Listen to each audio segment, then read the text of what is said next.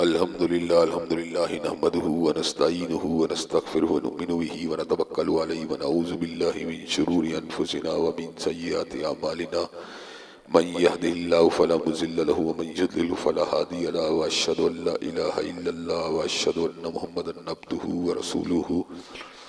اما بعد فان خير الحديث كتاب الله وخير الهدي هدي محمد صلى الله عليه وسلم وشر الأمور محدثاتها وكل محدثة بدعة وكل بدعة ضلالة وكل ضلالة في النار أما بعد أعوذ بالله السميع العليم من الشيطان الرجيم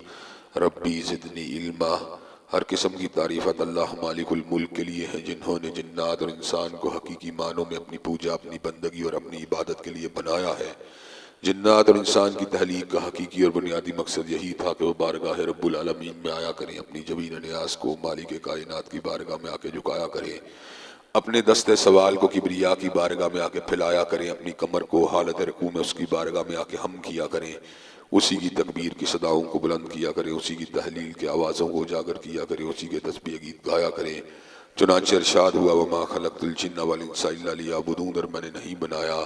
جنات اور انسان کو مگر اپنی پوجا، اپنی بندگی اور اپنی عبادت کے لیے۔ حمد و ثنا کے بعد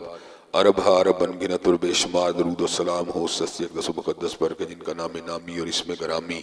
محمد کریم صلی اللہ علیہ وآلہ آلہ وصحبہ وبارک وسلم ہے۔